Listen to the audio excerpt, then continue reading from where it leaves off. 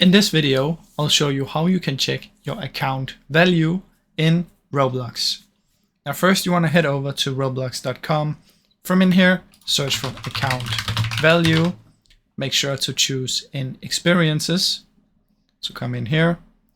And what you want to do is do the one here, account value by Block Game Studios.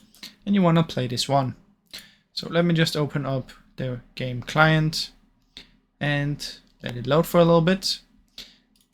Now when I'm in here, as you can see, I'm gonna wait the 3 seconds and continue, and then I'll press view now.